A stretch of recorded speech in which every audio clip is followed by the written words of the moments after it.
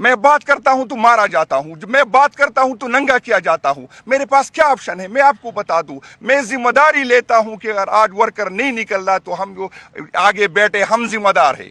ہم کالیاں کہتے ہیں, اس لیے کہتے ہیں کہ میں نہیں چاہتا کہ میرے ادارے اور میرے ورکر ایک دوسرے سے لڑے. میں نہیں چاہتا, میں کھڑا ہوں سامنے, میں کھڑا ہوں. میں نہیں چاہتا کہ میرے ورکر اداروں کے سامنے لڑے. میں نہیں چاہتا کہ میرے ادارے کمزور ہو. میں نہیں چاہتا کہ میرا پاکستان کمزور ہو. لیکن میں انسان ہوں. ہم کب تک یہ برداشت کریں گے؟ کب تک برداشت کریں گے؟ اگر خدا کی قسم میں حلفیہ کہتا ہوں, جس دن ہم اپنے ورکر کے سامنے سے ہٹ گئے, آپ جو ہے, آپ کو لوگ جو ہے مذمت کے قابل نہیں چھوڑیں گے. آپ مذاق نہ لیں اس کو. تنگ آ گئے. آج بھی میں برا بلا سن رہا ہوں. آج بھی میرے اپنے ورکر سے گالیاں کہہ رہا ہوں کہ آپ لوگ کیوں کہہ رہے. جس دن ہمارے اجازت کے بغیر ہمارے ورکر نکل گئے, خدا کی قسم چھپنے کی جگہ نہیں ملے گی. بس کرے, اس ملک پہ رحم کرے, آؤ آئین پہ بات کرے, آؤ ایک دوسرے کو معاف کرے, آؤ آگے بڑھے, آگے بڑھے اس ملک کے لیے. ایک دوسرے کو معاف کرے. آئے بیٹھ جائے. میں خان کو جانتا ہوں, اس بڑے دل کا مالک ہے, وہ معاف کر دے گا باوجود اس کی. یہ تو لوگ کہہ رہے ایکس وزیر اعظم کی بات, ایکس نہیں, موجودہ وزیر اعظم کو آپ نے کیا. سب کو پتا ہے کہ ہم جیت گئے, ہم سے مینڈیٹ چوری کیا گیا. 2000 ووٹوں کے لوگوں کو آپ نے اسمبلی میں لا کے قانون سازی کی. آپ کہتے ہیں کہ ملک میں امن ہو. ملک میں تو امن اس صورت میں ہوگا جب ایسا لیڈر جس کی کوئی سہ ہو, جس کے لوگ پیچھے لوگ ہو, جس کی بات کو لوگ مانے. آپ جب پارلیمنٹ کو بھی توقیر کرے, آپ جب اس الیکشن کو بھی توقیر کرے, آپ جب ایسے لوگوں کو مسلط کرے. آج تک کسی نے یہ بات نہیں کی. جب آپ پریس کانفرنسوں میں جاتے ہیں تو بھائی جان پوچھے کہ آیا یہ جو بلوچستان کی حکومت آپ نے اس پہ جو امپوز کی, زبردستی دی, اس کو ووٹ ملا تھا؟ آپ پوچھے کہ آج جو مریم نواز وزیر اعظم چیف منسٹر بنی, اس کو ووٹ ملا تھا؟ آپ پوچھے کہ محسن نقوی صاحب کو آیا, وہ اس کی سپورٹ ہے, اس کو کیا درد ہے, اس کو کیا عوام سے کیا تعلق ہے, اس نے ووٹ تو نہیں لیا.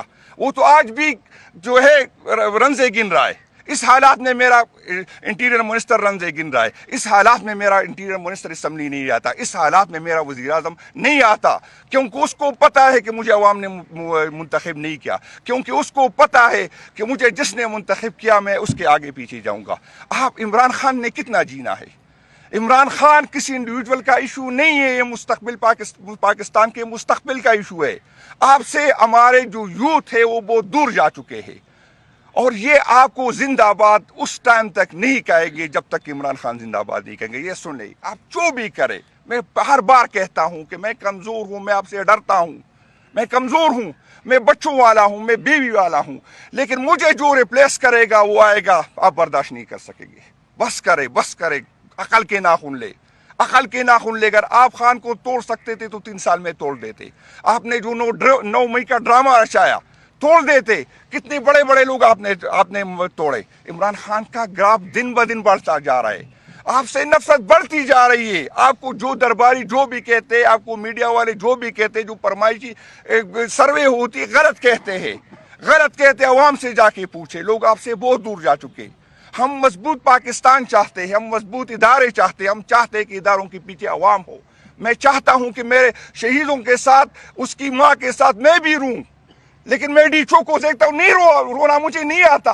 میں ہر اس بندے کو دہشت گرد سمجھتا ہوں, چاہے جس سے بھی تعلق ہو, جو معصوموں کی جان لے, چاہے ڈی چوک میں لے, چاہے بارڈر پہ لے, چاہے خودکش سے لے, میں سب کو دہشت گرد سمجھتا ہوں. جو آئین کو نہیں مانتا میں دہشت گرد سمجھتا ہوں, چاہے اس کا تعلق کسی کے ساتھ ہو, کسی کو برا لگے, کسی کو اچھا لگے.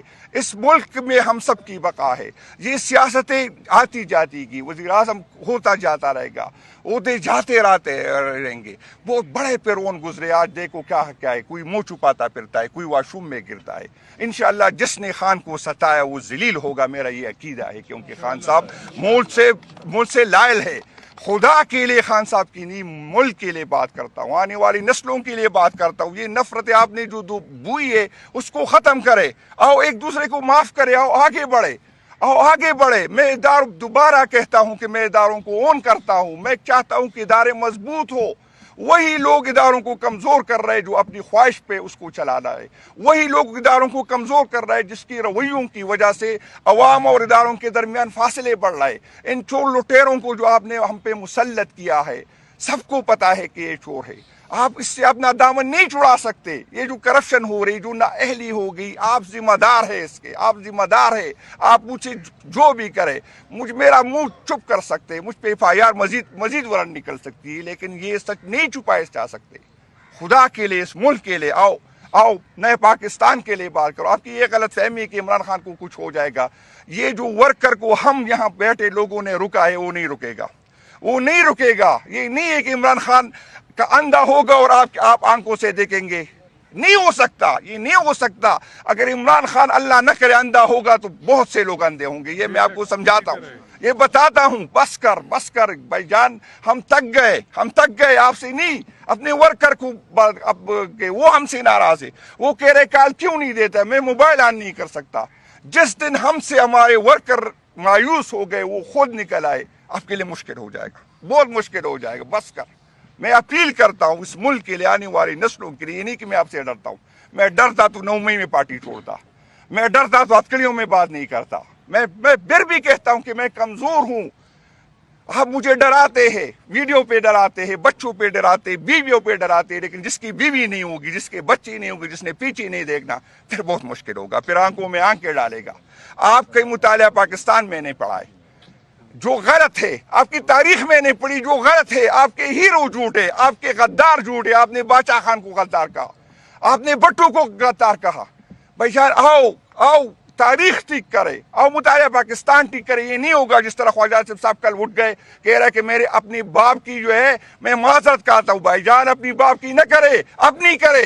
جو غلط سیٹ سے آئے ہو اس کی معافی مانگے, قوم سے معافی مانگے کہ میں غلط سیٹ پہ آیا ہوں. جو آپ نے آئین کے ساتھ کیا, جو آپ نے پارلیمنٹ کے ساتھ کیا, اس کی معذرت کرے.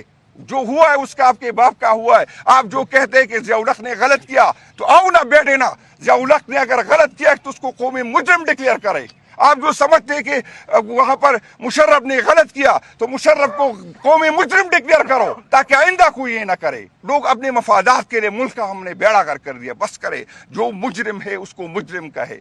جو جس سے قصدن نہیں ہوئی, اللہ تعالیٰ بھی معاف کرے گا, قوم بھی معاف کریں گی. لیکن آؤ بیٹھ جاتے ہیں, آؤ نئے پاکستان کی شروعات کرتے. آپ کو حق نہیں ہے پاکستان کے ماموں چاچا نہ بنے, آپ نہ بنے.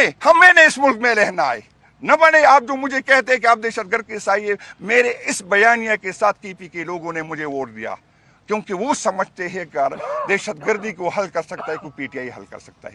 بھائی جان کوئی کسی اور صوبے کا لوگ ہمیں نہ بتائے. یہ زمین میری ہے, مجھے آپ سے زیادہ درد ہے.